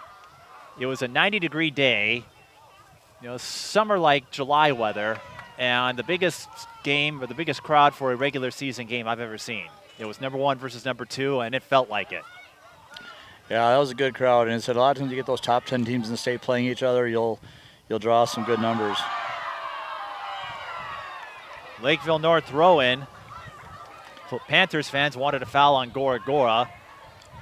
And I think the problem with some of these state quarterfinal games too, they're so spread out. I mean, you have Lakeville North coming up here, which is probably a good hour, and even with Stillwater girls going down to Farmington, that's a good 50 minutes to an hour. Ball is loose. Oh, that was a good effort. It's still loose, and Stillwater unable to cash in. They had a couple of chances, but ball's still in play. We're not done just yet. Play goes up, offside. He should have let that go and had the other player run onto it. He would have been fine. It can be hard to resist the temptation, though. If you're Benjamin Snyder, you're right there, and sometimes you don't have that opportunity to judge it. We'll show it again. They came oh so close, Kilmer and Snyder. But just another reminder for Lakeville North that they've got to pay attention. This Ponies team, I think they're locked in after that goal from Stauffer.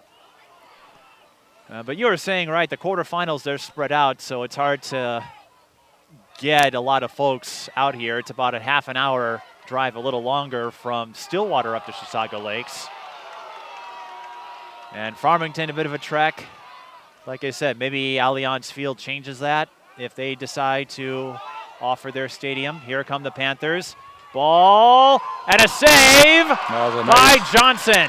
Nice save by Race.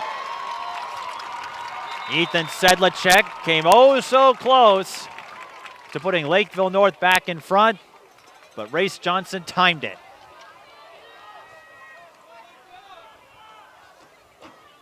Didn't play much last year. He was stuck behind an all-state keeper, but I think Race Johnson has proved his worth throughout the season. Yeah, and those are the types of saves you need to make to keep your team in the game, too. But they're not out of the woods yet. Here comes a corner. Al Halawani with the set piece.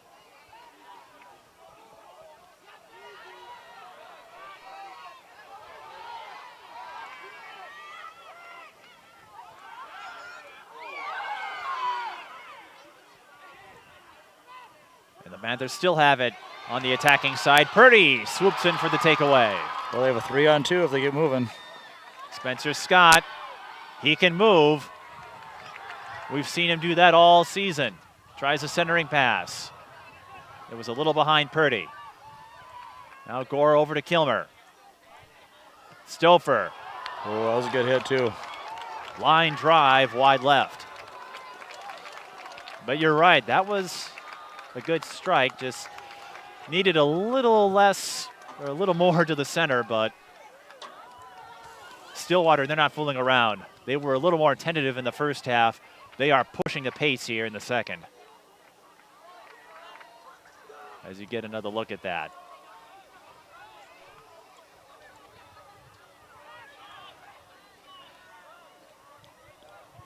Yeah, I think Stillwater just needs to avoid having a silly mistake in the back that ends up costing them. If they just play smart, I don't think Lakeville North will get enough good opportunities to put one away.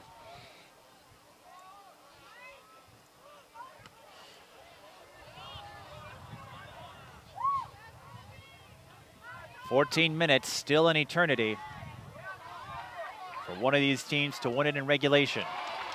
Another takeaway, this time from Chester Hearn.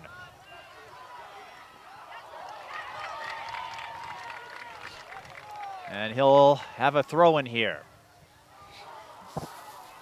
Kilmer. In a corner, there you go. There you go, yes, a corner kick for the Ponies. You can sense the momentum shifting in their direction. And you pointed this out about 15 minutes ago. Stillwater started moving up. All their backfielders were creeping upward and taking a more aggressive stance offensively. Yeah, and the nice thing is even after they scored the goal, they didn't fall back into a shell. They're still trying to push forward and get one, which I think they can. Nick Purdy with the corner. That's in. No goal. Oh, they call it no goal. And Nick Purdy can't believe it. Boy, I'm a little shocked at that one, too. I didn't see that one.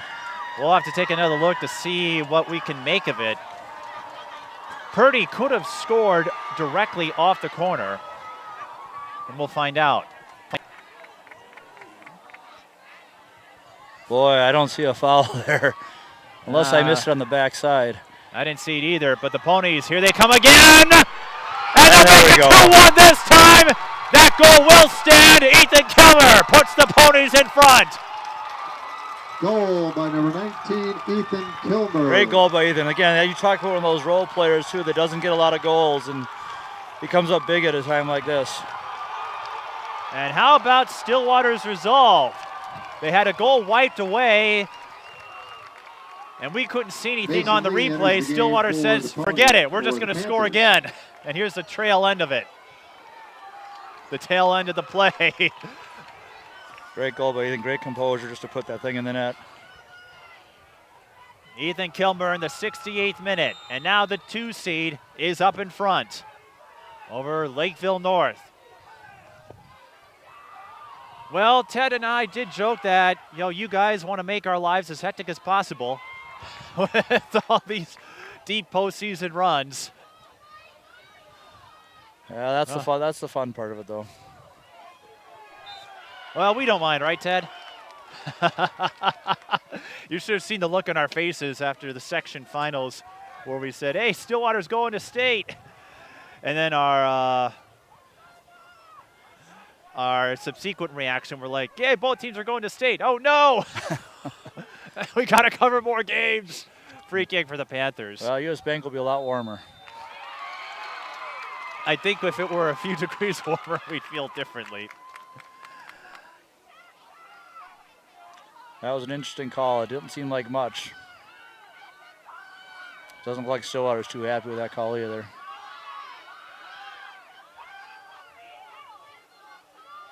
And Lakeville North, free kick here in scoring position.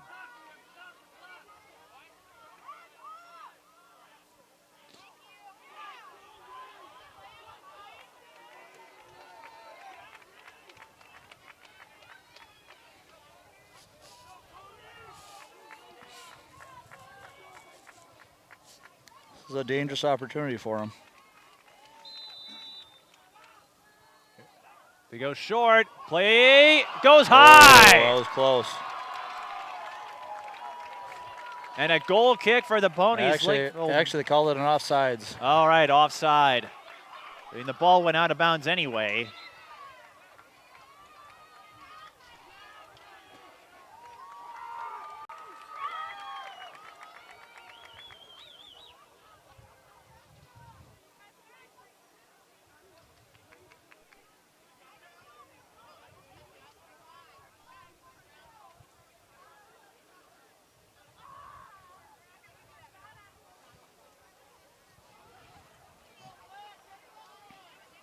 The clock stops again with 11:01.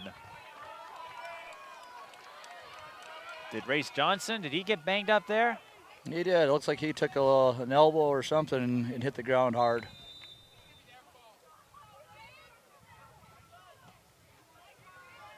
Well, we play on. An offside call. An interesting move by Lakeville North to play it short like that. I thought they were going to try to score one directly. Yeah, I think, you know, if I was coaching, that'd be a hit at that point. I mean, you can't take the chance of doing something fancy and not even getting a shot off, which is exactly what happened. They didn't even get a shot on goal. Right, it was offside, and even if it wasn't, the shot went over the net anyway. Here comes Spencer Scott. He'll have a throw in. Yeah, and Stillwater's going to play it a little safe here. You can see before they'd send everybody but two, and now they're going to leave four back. Well, they know they're in front, so they don't have to do anything drastic now.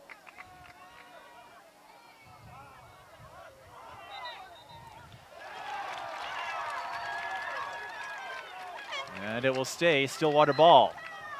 And we're going to head to the corner.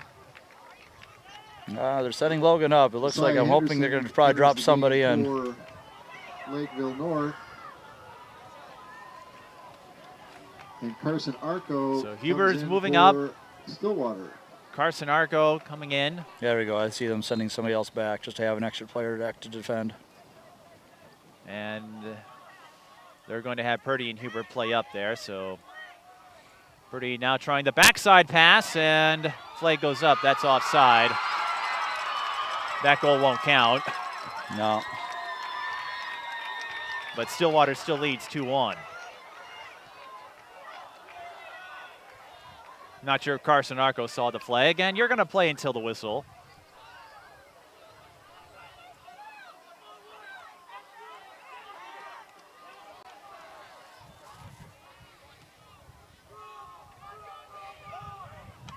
Now, there was something I wanted to bring up to you, is that ball almost went up here. Needed to go a few inches higher, but we haven't talked much about him tonight, but I remember at the start of the season, Jake Smothers, when he was going over the players and what they brought to the team, he said Logan Huber, what he likes about him was not having to coach him too much. I don't know if you can agree with that assessment. I guess the good thing with Logan, he's been on a team, he's been on the state championship team. He was a sophomore, and he's been a varsity player for 3 years. I mean, he could always use coaching, I'll tell you that much. So I said, I guess I have the privilege or not the privilege to coach him in the summer, and I won't let off of him. I don't think Jake does either, but he said there are a lot of things with Logan that I don't have to coach him about. But he did say this, watching how everyone has carried themselves has influenced him in a positive way, and I'd say he's done the same thing in his senior season.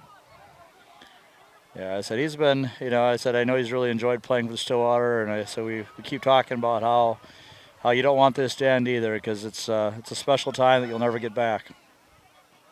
All right, and I believe he'll still be playing hockey. Yeah, that's coming up sooner than later. Indoors, but chilly. Of course, we'll have plenty of those games on Valley Access channels. Yeah, I even had to talk to Coach Gillespie, the girls hockey. I know the girls hockey, they start tryouts next week, and we have 4 players that play soccer and hockey, so we got to get an exception for them to get out of tryouts for the first few days. I'm sure that was a strenuous conversation. Yeah, no. You probably had to pull a few favors. Yeah, Lee was very understandable. He agreed 100%. So he's a great guy and a great coach, and yeah, he was very supportive of us. So yeah, there are a few soccer and hockey crossovers. Interestingly, I think on the boys' team, I know you have Logan and Spencer. I think on the girls' team, you have Marissa and Lexi and Abby. Not Abby. God, she might think she's a hockey player too now. Well, I'm sure Lee would love to use her speed. Yeah, I don't know if she can skate, but there's that part. Between Marissa, yeah, Lexi, then Grace and Haley.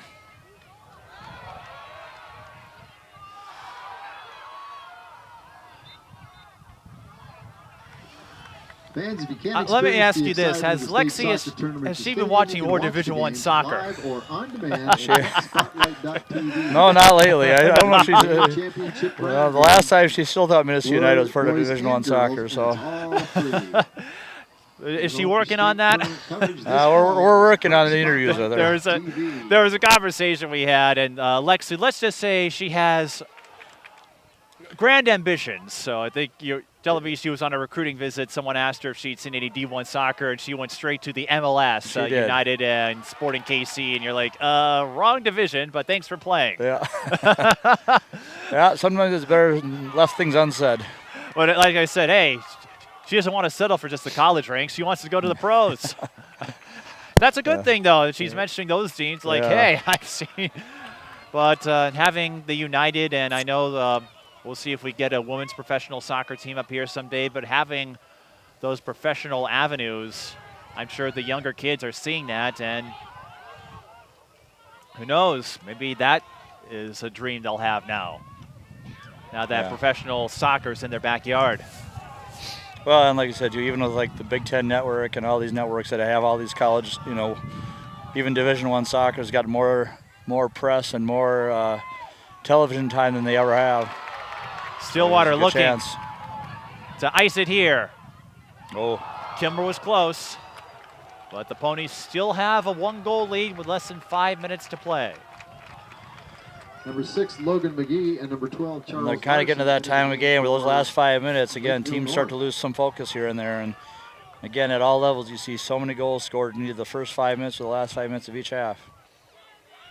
I remember the flurry of goals that happened when you played Duluth East. You won that one handily, 5-1, but there were 3 goals in the last minute.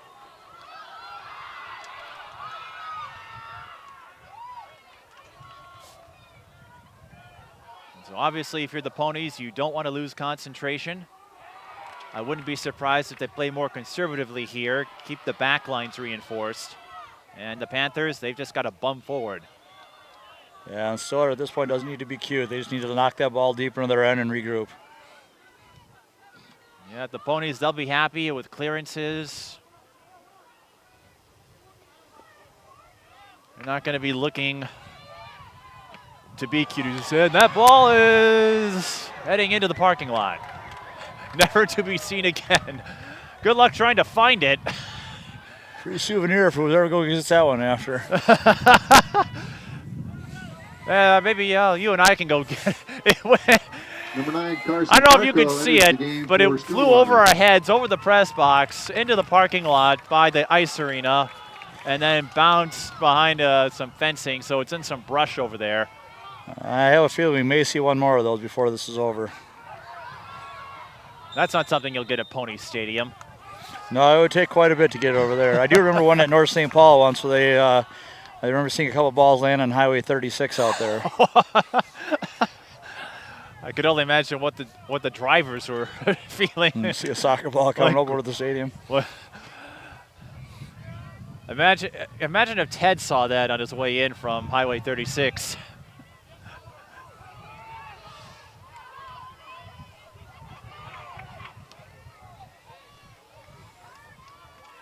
Maybe you can lobby the high school league to have Stillwater as a quarterfinal site next year. Well, Yeah. At least we'd be indoors. I think I talked. Yeah. No, I don't think you wouldn't be indoors there. That this field house isn't big enough. Well, I meant at least we. Well, we'd be indoors. Yes, Yes. you would. Yes, we would be indoors. And I hear we have really nice bathrooms too, but I haven't been in them. So. We do have nice bathrooms. Foul on Lakeville North.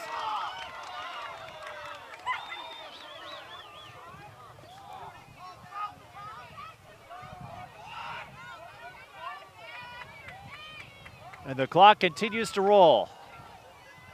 Well, Stillwater, their defense holding serve. Defensive line holding up. They trailed 1-0 and struggled to get some offensive chances developing, and that all changed in the second half. Max Stover, John Maloney in for Stillwater. knocking one in. Number In the 8, 58th minute, and then Kurz 10 in minutes later, for Ethan Lakeville Kilmer North. put Stillwater ahead right after a goal was wiped away on a corner kick from Nick Purdy. Here comes a throw-in, and that's exactly what you want to see if you're the Ponies. Or just over a minute away from returning to US Bank Stadium for the 3rd year in a row. It just means more days I have to take off work next week. Well, it means a longer week for me, but that's all right. I don't mind having to cover 2 teams. 1 minute. 1 minute. But you know what this remaining. means? You know what this could mean, though, for Halloween? I'd have to dress up in the scariest costume known to man. And what will that be? A TV broadcaster, because that's what I'll have to wear on Wednesday, as it looks like the Ponies are going to hang on here. Here come the fans. They're moving up to the fences. They can't storm the field, but they just might if the Ponies close out in these last 25 seconds. Yeah, just knock it down the field one more time and it'll end it. Lakeville North tries to send it upfield.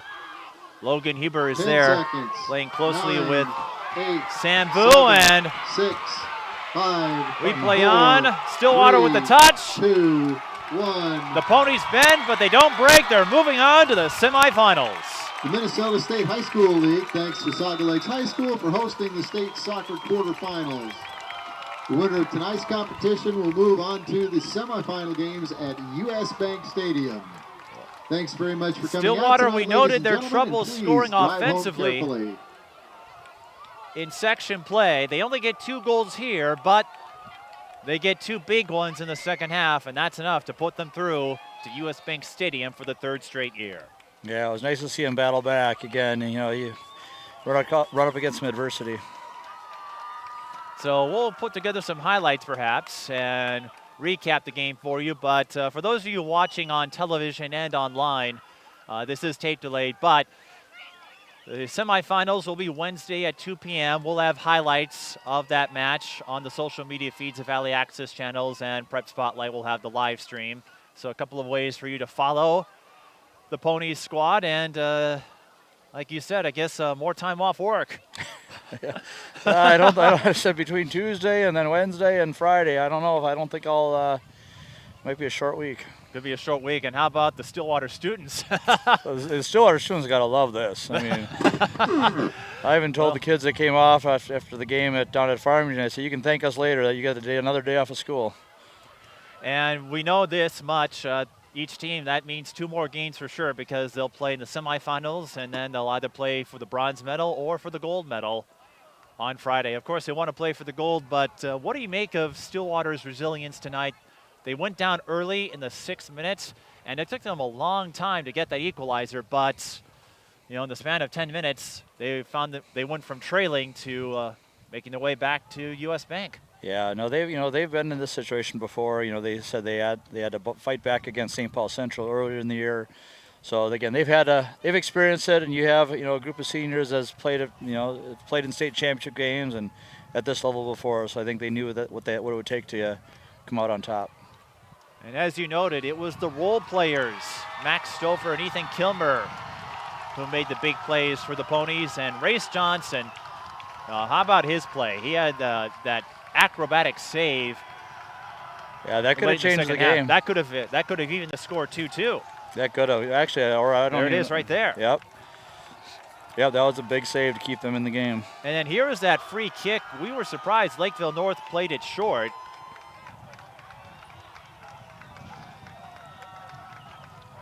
And here's some defensive plays. Now this was one of the chances, and then another one here. We're going to see if we can get those goals up. There it is, Logan Huber. This set up the first one. It bounced off somebody who I'm not quite sure, but Max Stouffer was there to punch it in, and that's what counts. And then this was the big goal right here. To have a score wiped away on a kick you thought went in, and from our vantage point, didn't see anything to overturn it, to score almost immediately. That shows you the strength and the resolve of this Stillwater program. Yeah, that was a big goal. I mean, again, especially after the disappointment, some teams could fold up and worry about what could have happened, what should have happened, and again, they came back and scored right away. Well, we know if there's a setback in the semifinals and perhaps championship, we know the Ponies, they have a short-term memory, and that goal by Kilmer was evident of it. Yeah. No, it was again, a great goal, and again, I know Ethan hasn't had a lot of goals this year, but again, he was at the right place at the right time and put it away. So that does it here from Chisago Lakes Area High School. Mike, thanks for stopping by. Perhaps we'll have you again on Friday. We'll see, or next Friday if things go the way we hope. But a quick reminder that we'll have highlights of the semifinal rounds on the social media feeds of Valley Access channels, Twitter, YouTube, and Facebook. And we'll be there all the way through the end, whether it's third place or the championship. But until then, this is Mike Peden, and for Alex Susko and Ted LaRue, our sports director, thank you for watching the Class 2A Boys Soccer Quarterfinal on VAC TV. Tonight's broadcast of Stillwater Pony Sports live on VAC TV has been supported by Joseph's Restaurant and the Ponies Touchdown Club. Thank you for watching VAC TV Sports.